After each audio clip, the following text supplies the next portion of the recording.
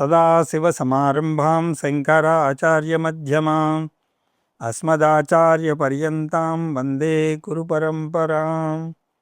హరి ఓం. శ్రీ గురుభ్యో నమః. హరి ఓం. పార్థాయ ప్రతిబోధితాం భగవతా నారాయణేన స్వయం వ్యాసేన గ్రథితాం పురాణమునినాం మధ్యే మహాభారతం. అద్వైతామృతవర్షిణీం భగవతీం అష్టాదశాధ్యాయినీం అంబ త్వామనుసందధామి భగవద్గీతే భవద్వేషిణీం. యం బ్రహ్మా వరుణేంద్రరుద్రమరుతస్తున్వంతి దివ్యైస్తవై వేదై సాంగపదక్రమోపనిషదై గాయంతి యం సామగా ధ్యానావస్థితతద్గతేన మనసా పశ్యంతి యం యోగినః యస్యాంతం న విదుఃసురాసురగణా దేవాయ తస్మై నమః. ఓం శ్రీకృష్ణ పరబ్రహ్మణే నమః. స్మరవారం వారం కార్యక్రమంలో భగవద్గీత జ్ఞాన యజ్ఞంలో 110వ రోజు అధ్యయనానికి మీ అందరికీ స్వాగతం. అర్జునుడికి ఇంకా పూర్తిగా పరిపక్వత రాలేదు. అందువల్ల అతను భగవంతునిలోని రెండవ అంశాన్ని చూడలేకపోతున్నాడు. రెండవ అంశం నాశనం, అనారోగ్యం లాంటివి. ఇప్పుడంటే 23వ శ్లోకం నుంచి 30వ శ్లోకం దాకా అర్జునుడిలోని భయం చేసుకున్నటువంటి అంశాన్ని మనం చూడబోతున్నాం. అహంకార మమకారాలతో కూడుకున్నటువంటి అజ్ఞానులకు విశ్వరూపం భయహేతువు అని మనం చూసాం. ఈ నేపథ్యంతో ఈ శ్లోకాల్లోకి అడుగు పెడదాం. రూపం మహత్తే బహువక్త్ర నేత్రం మహాబాహో బహుబాహూరుపాదం బహూదరం బహుదంష్ట్రాకరాళం దృష్ట్వా లోకా ప్రవ్యతస్తదాహం తే రూపం మహాంతం.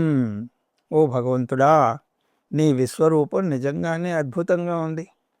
బహువక్త్ర నేత్రం, నీ విశ్వరూపానికి అనేక ముఖాలు, అనేక నేత్రాలు ఉన్నాయి. వక్త్రం అంటే ముఖం లేదా నోరు, నేత్రం అంటే కన్ను. బహు బాహూరు పాదం, అలాగే లెక్కలేనన్ని బాహువులు, తొడలు, పాదాలు ఉన్నాయి. మహాబాహో అనేక చేతులతో ఉన్నవాడా. బహూదరం అనేక ఉదరాలు ఉన్నాయి. అన్నీ బాగానే ఉన్నాయి, కానీ ఒక్క భాగం చూడడానికి ఇష్టపడడం లేదు అర్జునుడు. కొంతమంది చూడండి, వాళ్ళు సినిమాకి వెళ్ళినప్పుడు అందులో ఏదో రక్తపాతం అవుతూ ఉంటే కళ్ళు మూసేసుకుని ఆ సీన్ అయిపోయిందా లేదా అని పక్కవాడిని అడుగుతూ ఉంటారు. ఇక్కడ కూడా అర్జునుడు దాన్ని చూడలేకపోయిన భాగం ఏమిటి అంటే నోరు. బహుదంష్ట్రాకరాళం, అనేక కూరలతో ఉండి భయపెడుతున్నావు అని అంటున్నాడు. పులి నోరు తెరిచి గాండ్రించింది అనుకోండి, అడలిపోతాం. దాని కూరలు చూసి భయపడతాం. దంష్ట్రా అంటే కూరలు. కానీ పులి నోటిలో పైన 2 కింద 2 కూరలు మాత్రమే ఉంటాయి. కానీ ఈ విశ్వరూపంలో ఈశ్వరుడికి అనేక నోరులు, వాటిలో అనేక కూరలు ఉన్నాయి. మామూలుగా రాక్షసులు బయటికి పొడుచుకుంటూ వచ్చినటువంటి ఆ కూరలతో భయంకరంగా ఉంటారు. భగవంతుడు దానికి భిన్నంగా శాంతి స్వరూపుడుగా సౌమ్యంగా ఉంటాడు. నీ సుందర వదనారవిందాన్ని చూసి జన్మ ధన్యమైపోతుంది అంటారు కథల్లో.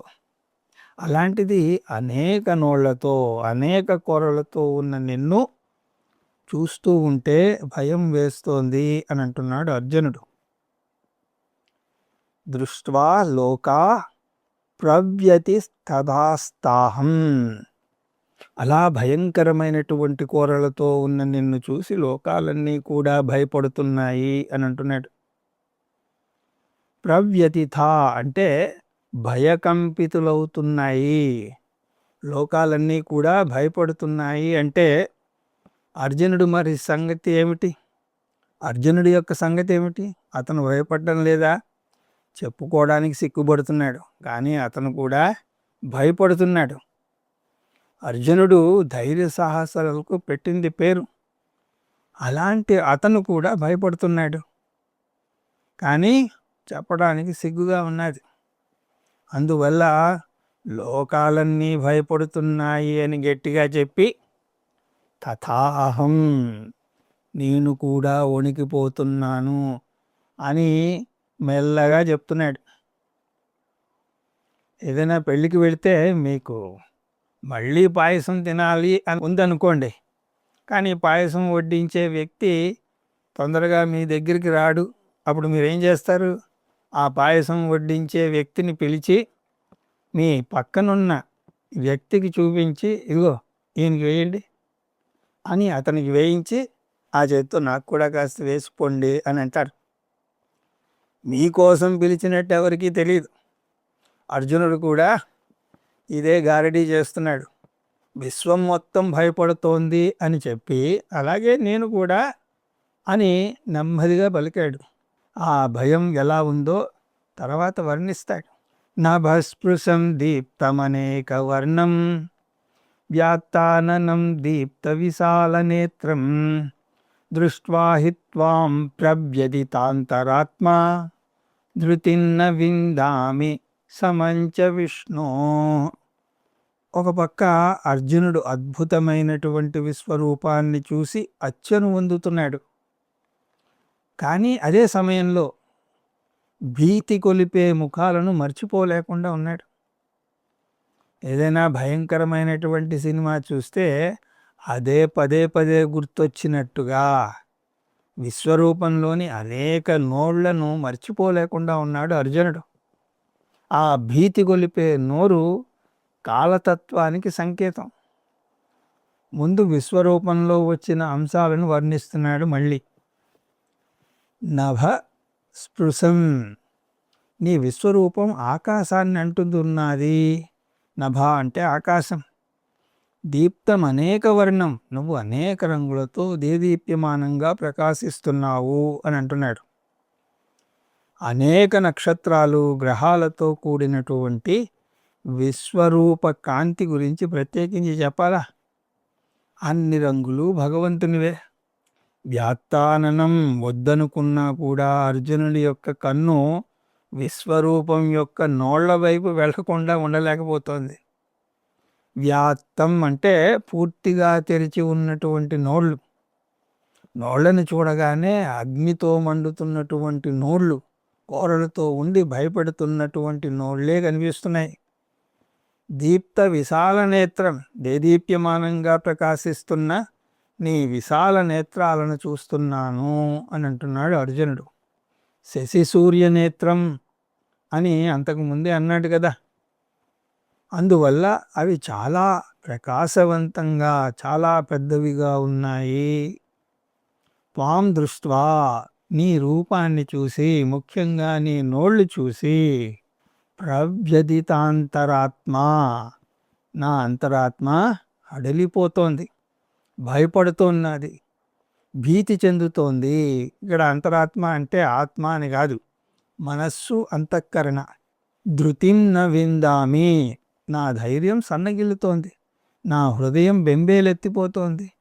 సమంచ విష్ణు, నాకు మనశ్శాంతి లేకుండా ఉన్నది, నేను చాలా కలత చెందుతున్నాను. కాలతత్వానికి వ్యతిరేక అంశాలు కూడా ఉంటాయి. కాలం తీసుకొచ్చేటువంటి వృద్ధాప్యం భయం కలిగిస్తుంది. వృద్ధాప్యంలో మనలో శక్తి సన్నగిల్లుతూ వస్తుంది, కానీ మనకు భిన్నంగా తక్కినవన్నీ శక్తి పుంజుకుంటున్నట్టుగా ఉంటుంది. ఒకప్పుడు చిన్న జలుబు కూడా చేసి ఉండదు, కానీ ఇప్పుడు ఎక్కడో ఎవరో గట్టిగా తుమ్మితే చాలు మనకు జలుబు చేస్తుంది. ఊళ్ళో ఎక్కడో ఏ అనారోగ్యం ఉన్నా సరే మన శరీరం దాన్ని ఆప్యాయంగా కౌగిలించుకుంటుంది. ఆ విధంగా మనలో ఉన్నటువంటి రోగ నిరోధక శక్తిని భగవంతుడు కొంచెం కొంచెంగా హరించి వేస్తాడు. శక్తి సన్నగిల్లుతుంది, అనారోగ్యం వస్తుంది, ఏకాంతం ముంచెత్తుతుంది, ఒక్కరొక్కరుగా అందరూ మాయమవుతూ ఉంటారు. ఇవన్నీ కూడా తలుచుకోనంత వరకు బాగానే ఉంటుంది. కానీ ఒక్కసారిగా నిజం కళ్ళ ముందు తార పడుతుంటే ఏమవుతుంది చెప్పండి?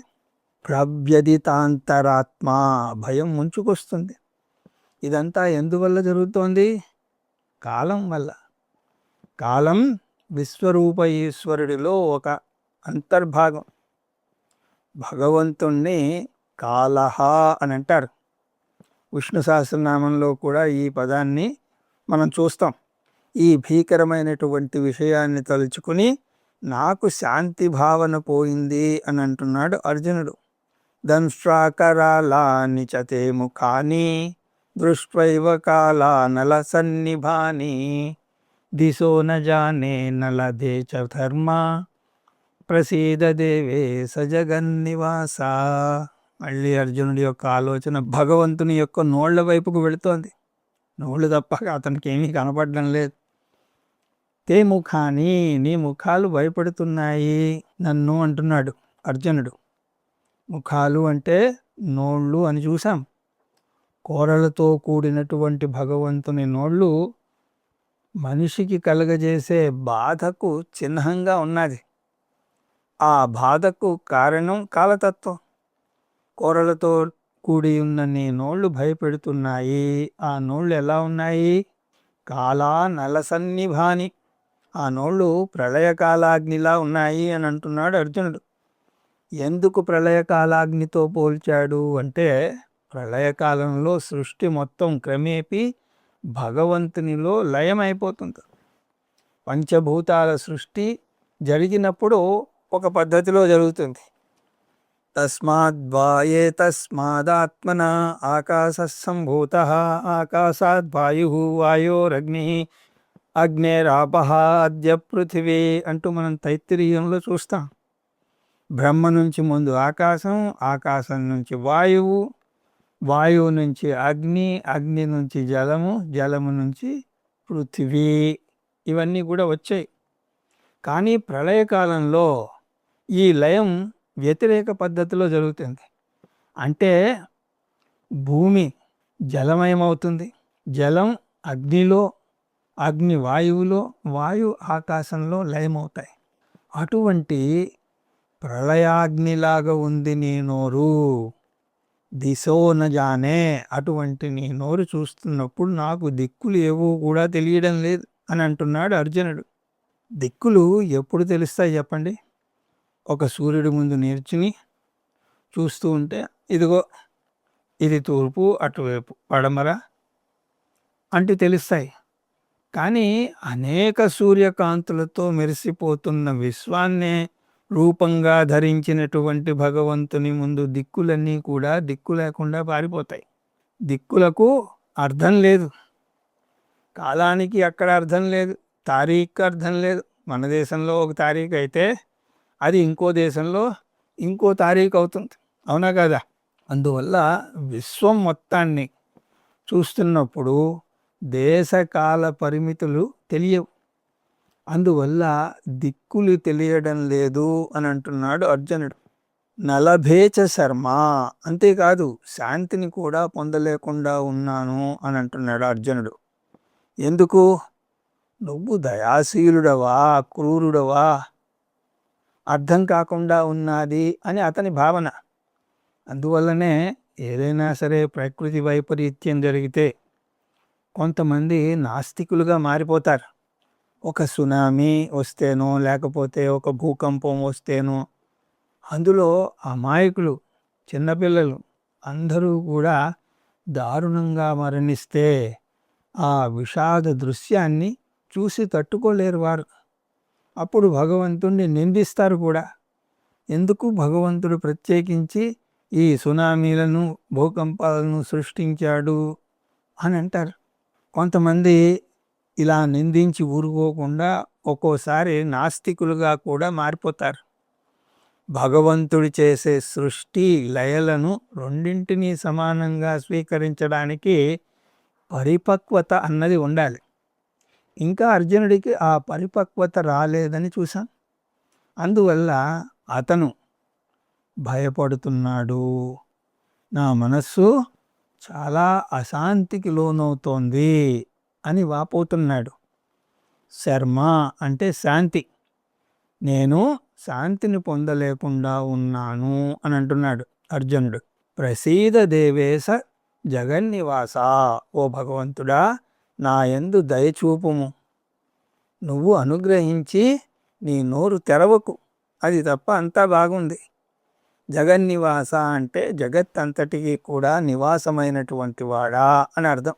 అమీచ త్వాం ధృతరాష్ట్రస్య పుత్ర సర్వే సహైవావ నిపాల సంఘై భీష్మో ద్రోణసూతపుత్రస్తదాసౌ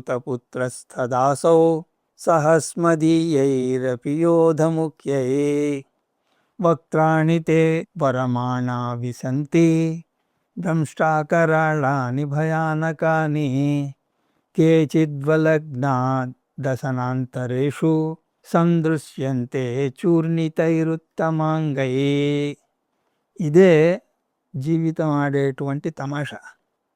మనం ఏ ఆలోచన అయితే వద్దనుకుంటామో, దేన్నైతే తీవ్రంగా పారదోలాలి అని అనుకుంటామో, ఆ ఆలోచనే పదే పదే వెన్నంటి వస్తూ ఉంటుంది. అర్జునుడి విషయంలో కూడా అదే జరుగుతోంది. అతను భగవంతుని నోరుని చూడకుండా ఉందాము అని అనుకుంటే అది ఇంకా దగ్గరగా, ఇంకా కొట్టొచ్చినట్టుగా కనిపిస్తోంది. ఇంతకుముందు ఏదో దూరం నుంచి చూశాడు, కానీ ఇప్పుడు అది చాలా దగ్గరగా కనిపిస్తోంది. ఇక్కడ భగవంతుని నోరు కాలతత్వానికి ప్రతీక అని చూసాం. భగవంతుని నోరు కాలమైతే అది ఏం చేయాలి? అది అన్నింటినీ భక్షించాలి. కాలో జగద్భక్షక. కాలం జగత్తును భక్షిస్తుంది. కానీ భగవంతుడు కాని కాలం జగత్తుని ఎలా భక్షిస్తాడు? అది కూడా ఒక క్రమంగా జరుగుతుంది. దీన్ని మనం ఆహారం తీసుకునే పద్ధతిని గమనించవచ్చు. ముందు వడ్డించినవన్నీ కూడా వంటింట్లో ఉంటాయి. ఆ తర్వాత ఒక్కొక్కటిగా మన ఆకులో చోటు చేసుకుంటాయి. అవి కాకుండా కొన్ని ఆకులలో ఏమూలో కనబడకుండా ఉంటాయి. కొన్ని ఎదురుగా మనం తినడానికి అందుబాటులో, కానీ వెంటనే అన్నింటినీ మనం తినేయం కదా. ముందు ఏదో ప్రార్థన చేసి తర్వాత ఒక్కొక్కటిగా మనకు నచ్చిన రీతిలో తింటాం. ఇప్పుడు భగవంతుని ఆకులో కూడా అలాగా అనేక జీవులు ఉన్నారు. ఈ జీవులు కూడా కొందరు ఇంకా వంటింట్లో ఉన్నారు, కొంతమంది ఆకుల్లో ఉన్న భగవంతుడు ఇంకా చూడలేదు. ఆకుల్లో మారుమూల దాగి పచ్చడి, కిచిడి, పాయసం లాంటివి. కొంతమంది ఇప్పటికే రుచి చూశాడు అంటే గుండె జబ్బు ఒకసారో రెండుసార్లు ఇచ్చాడు. కొంతమందిని ఒకసారి నోట్లో వేసుకుంటున్నాడు. అంటే కొంతమంది ఉచ్చి కూరల్లోకి వెళ్ళి మళ్ళీ బయటపడి ఉంటారు. ఈ వర్ణనలన్నీ కూడా ఇప్పుడు రాబోతున్నాయి. ఇలాంటి వర్ణనలు కనుక వింటే అనారోగ్యం, వృద్ధాప్యం, మృత్యువు అంటే భయం పోతుంది. వీటన్నింటినీ కూడా ఎంతగా తప్పించుకుందామన్నా కూడా అవి అంతగా భయాన్ని కలిగిస్తాయి. కాబట్టి ఇవి జీవితంలో ఒక భాగమని గ్రహించుకుని ఆ భయాల నుంచి బయటపడడం మంచిది. ఇంకా కాసేపట్లో మహాభారత యుద్ధం జరగబోతోంది. అందులో వేలాది యోధులు మరణించబోతున్నారు. దాన్ని ఇక్కడ సూచనప్రాయంగా వర్ణిస్తున్నాడు అర్జునుడు. అనేక మంది సైనికులు భగవంతుని నోట్లోకి వెళుతున్నట్టుగా చూస్తున్నాడు. దీన్ని కవి హృదయంగా తీసుకోవాలి. కానీ నిజంగా అంతమంది సైనికులు పరిగెత్తుకుంటూ వెళ్ళి నోట్లో దూరడం అన్నది జరగదు కదా. ఎవరెవరు వెళుతున్నారో కూడా అర్జునుడికి తెలుస్తోంది. ధృతరాష్ట్రస్య పుత్ర, ధృతరాష్ట్రుని యొక్క పుత్రులందరూ కూడా నీ నోట్లోకి ప్రవేశిస్తున్నారు. అంటే కౌరవులందరూ కూడా మరణించబోతున్నారు. అమి అంటే ఇదిగో నా ఎదురుగుండా ఉన్న వీళ్ళు. ఈ శ్లోకంలో క్రియాపదం లేదు, కానీ దాని తర్వాత వచ్చే శ్లోకం నుంచి మనం తీసుకోవాలి. వక్త్రాణి విశంతి, వక్త్రాణి అంటే నోట్లో, విశంతి అంటే ప్రవేశిస్తున్నారు. ధృతరాష్ట్రస్య పుత్ర వక్త్రాణి విశంతి అంటే కౌరవులందరూ కూడా భగవంతుని విశ్వరూపంలో అనేక నోళ్లల్లో ప్రవేశిస్తున్నారు. వాళ్లే కాదు, పాండవుల వైపు సైన్యం కూడా వెళ్తున్నారు.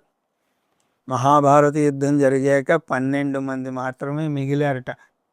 సర్వే సహైవావ నిపాల సంగై, అనేక రాజులు యొక్క సముదాయాలు.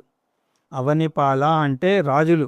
పూర్వకాలంలో సామంత రాజులు, రాజులు, చక్రవర్తులు అని రకరకాల స్థాయి భేదాల్లో ఉండేవారు. అవనిపాల సంగై అంటే రాజుల యొక్క సముదాయం. పూర్వం యుద్ధ భూమిలో ఒక అస్త్రం వేస్తే 1000 మంది ఒకేసారి మరణించేవారు. ఒక్కొక్క అస్త్రము ఒక్కొక్క అణుబాంబు అంత శక్తివంతమైనది. పురాణాల్లో వాటి గురించి కథలు కథలుగా మనం చదువుతాం. బ్రహ్మాస్త్రం అని, ఆగ్నేయాస్త్రం అని వాటి గురించి వస్తాయి. అందువల్ల సహైవా అన్నాడు అర్జునుడు. ఒకేసారి వందలు వేలల్లో యోధులు, రాజులు భగవంతుని యొక్క నోట్లో ప్రవేశిస్తున్నారు. తమాషా ఏమిటి అంటే అర్జునుడు భీష్మద్రోణులను చంపబోతున్నాననే విషయాన్నే భరించలేకపోయాడు. అది భరించలేక భగవద్గీత బోధన అడిగాడు. అతను వారు మరణిస్తారనే ఊహనే భరించలేకపోయాడు. ఇక నిజంగా మరణిస్తే తట్టుకోగలడా? అలా వారిద్దరి మరణం గురించి ఆలోచనే తట్టుకోలేకపోయినటువంటి అర్జునుడు ఇప్పుడు ఏకంగా వందల వేల స్థాయిలో తన ఆత్మీయుల మరణాన్ని చూస్తున్నాడు. భీష్మ పితామహుడు కూడా నీ నోట్లోకి ప్రవేశిస్తున్నాడు. ద్రోణ నా ఆచార్యుడు, అంత శక్తివంతమైన వాడు కూడా నీ నోట్లో ప్రవేశిస్తున్నాడు. సూతపుత్ర కర్ణుడు కూడా నీ నోట్లో ప్రవేశిస్తున్నాడు. ఇది అర్జునుడికి ఆశాజనకమైనటువంటి వార్తే. తథా అసౌ, వీరితో పాటు అస్మదీయైరపి యోధముఖ్యై, ఎంతో ముఖ్యమైనటువంటి యోధులు కూడా ఉన్నారు. అర్జునుడి పుత్రుడు అభిమన్యుడు కూడా చాలా దారుణంగా మరణించబోతున్నాడు. తస్మాద పరిహారాద్యే నత్వం శోచితుమర్హసి, తప్పించుకోలేనటువంటి విషయాల గురించి శోకించకూడదు. మనం తప్పించుకోలేని సంఘటనలను స్వీకరించడమే వివేకం. అర్జునుడు ఇంకా దాన్ని స్వీకరించే మనస్థితిలో లేడు. అందువల్ల అతను విశ్వరూపాన్ని చూసి భయపడుతున్నాడు. ఇంకా అటువంటి వర్ణనే కొనసాగుతోంది. తే వక్త్రాణి విశంతి, వీరంతా కూడా నీ నోట్లోకి ప్రవేశిస్తున్నారు. అది కూడా ఎలాగట? త్వరమాణాహ, పరుగులు పెడుతూ వెడుతున్నారట. కొండ చిలువ నోరు తెరుచుకుని కూర్చుంటే ఆ విషయం తెలియక అందులోకి వెళ్ళిపోతాయి కొన్ని. అది ఎప్పుడో టక్కున నోరు మూసేసి వాటినన్నింటినీ కూడా గుటుక్కుని మింగేస్తుంది. అలా భగవంతుని యొక్క నోరు తెరుచుకున్న కొండ చిలువ నోరులాగా ఉన్నది. దానిలోకి తెలియకుండా పరుగులు పెడుతున్నారు. పరుగులు పెడుతూ వెళుతున్నారు వీళ్ళంతా. ఆ నోరు ఎలా ఉందిట? దంష్ట్రాకరాలని, భయంకరమైనటువంటి కూరలతో ఉన్నది. భయానకాని, భీతిని గొల్పుతున్నాయి. వేరుశనగ పప్పు తినేటప్పుడు కొంతమంది ఒక్కొక్కటిగా తింటే, కొంతమంది ఒకేసారి గుప్పెడు పప్పులు నోట్లో వేసేసుకుంటారు. అప్పుడేమవుతుంది? కొన్ని పప్పులు పళ్ళల్లో ఇరుక్కుంటాయి, కొన్ని పంటి కింద నలుగుతాయి. అదేవిధంగా అంతమంది ఒకేసారి భగవంతుని నోట్లోకి ప్రవేశించడం వల్ల వారి పరిస్థితి ఎలాగైందిట? రకరకాలుగా ఉన్నది. అదే అర్జునుడు ఇక్కడ వివరిస్తున్నాడు. కేచిద్విలగ్న, కొంతమంది చిక్కుకున్నారు. దశనాంతరేషు, దంతాల మధ్యలో చిక్కుకుని అవస్థపడుతున్నారు. సందృశ్యంతే, వారిని నేను చూస్తున్నాను. చూర్ణితేరుత్తమాంగై, నుగ్గు నుగ్గు కావింపబడినటువంటి శిరస్సులతో ఉన్నారు కొందరు అని అంటున్నాడు అర్జునుడు. అంటే కొంతమందికి తల మాత్రమే నుగ్గు నుగ్గు అయితే, కొంతమందికి పాదాలు మాత్రమే నుగ్గు నుగ్గు అయితే, కొంతమందికి ఉదరం మాత్రం నుగ్గు నుగ్గు అయ్యాయి. ఇవన్నీ కూడా మన జీవితానికి సంకేతాలు. ఒకరికి కాళ్ళ నొప్పులు వస్తే, కొంతమందికి చక్కెర వ్యాధి వస్తే, కొంతమందికి కిడ్నీ దెబ్బతింటే, కొంతమందికి ఇంకో భాగం దెబ్బతింటుంది. సైన్సు ఎంత అభివృద్ధి చెందినా కూడా ఈ అనారోగ్యాల బారిని పడకుండా తప్పించుకోలేరు. అందువల్ల వాటిని జీవితంలో ఒక భాగంగా నవ్వుతూ స్వీకరించడం నేర్చుకోవాలి. యథా నదీనాం బహవోంబువేగా సముద్రమేవాభిముఖా ద్రవంతి తథా తవామి నరలోకవీరా విశంతి వక్త్రాణి అభివిజ్వలంతి. అలా మరణించేది సైనికులే కాదు, మామూలు మనుషులు కూడా. ఎందుకంటే పుట్టిన ప్రతివారు కూడా మరణించక తప్పదు. జీవితం అంటే అవ్యక్త దశ నుంచి వ్యక్త దశకు రావడం. మనుషులంతా కూడా అవ్యక్తం నుంచి వ్యక్తంలోకి వచ్చారు, మళ్ళీ ఎప్పుడు అవ్యక్తంలోకి వెళ్ళిపోవాల్సిందే. పునరపి జననం పునరపి మరణం అలా పొందుతూ ఉండాలి, తప్పదు. ఇదే సంసార వృత్తం అంటే. ఇలా భగవంతునితో లయమవడానికి అర్జునుడు ఒక ఉదాహరణను కూడా ఇస్తున్నాడు. అనేక నదులు ఎటు ప్రవహించినా సరే చివరికి అన్నీ కూడా ఒకటే అంతిమ గమ్యానికి చేరుకుంటాయి, అంటే సాగరంలో కలిసిపోతాయి. ఎందుకు? అవి పుట్టింది సాగరం అంటే సముద్రం నుంచే. చూడడానికి ఏవో కొండల నుంచి పుట్టి అలా కనిపించినా కూడా నిజానికి అవి వచ్చింది సముద్రం నుంచే.